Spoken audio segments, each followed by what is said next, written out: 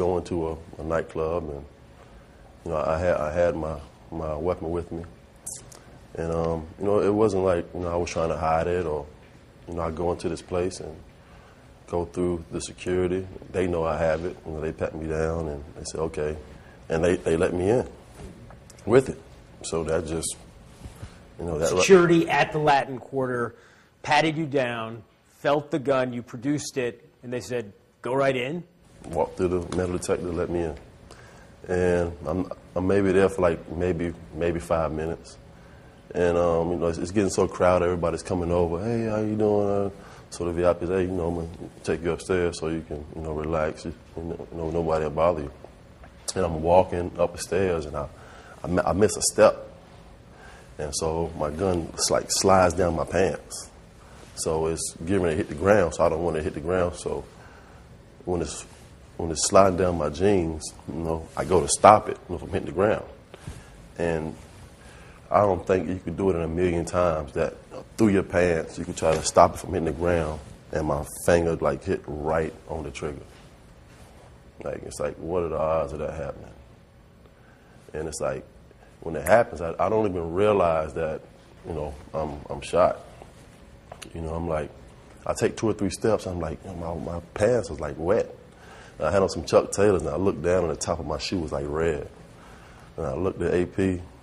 Antonio Pierce. Antonio, and I'm like, yo, take me to the hospital. He's like, what's wrong? I was like... Nobody had heard the gunshot in the crowded club, noise? Nobody. I was like, take me to the hospital. And he was like, why? I said, I think I just shot myself. And he was like, no. And I was like, look. And he looked at my shoe, and he was like, and took me to the hospital. So how long had you been in Latin Quarter when the gun went off? Maybe 5 minutes. 5 minutes.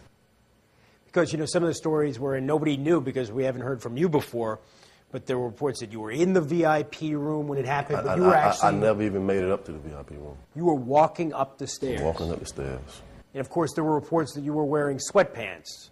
No, I was wearing some black jeans. I had on a sweatshirt. Why didn't you have a holster?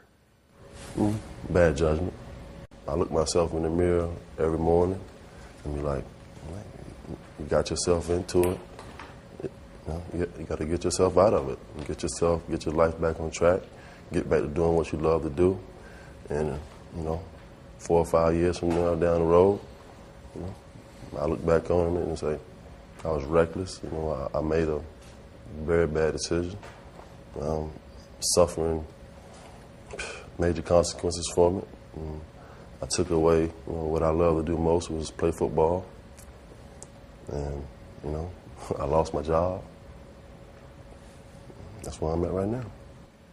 How do you think you're going to be able to cope in prison? I really don't know what to expect, to be honest with you. I know people that went in and came out, and they tell you about it, but as a person, nobody wants to go to prison. Who wants to go to prison? Nobody. Like I said, I got myself into this situation, and I got to deal with the consequences for that. I've been accountable since it happened to me from day one. I got myself into this situation by, just lack of judgment. Didn't think about the consequences or what it could have been. If I would have thought about it, then I wouldn't have made the decision to take that gun into a nightclub. I wouldn't have made that decision. September 22nd, you'll be sentenced. You've got 4 weeks. It's quite possible that you'll be going directly to prison from that courtroom. What are you doing to fill the hours until then? Spend time with my family.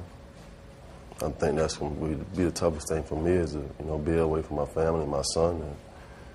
And, I wake up with him every morning. It's going to be an adjustment. And, be away from my wife. She's pregnant. She's due on Thanksgiving Day. I'm having a baby girl. I won't even be there for that.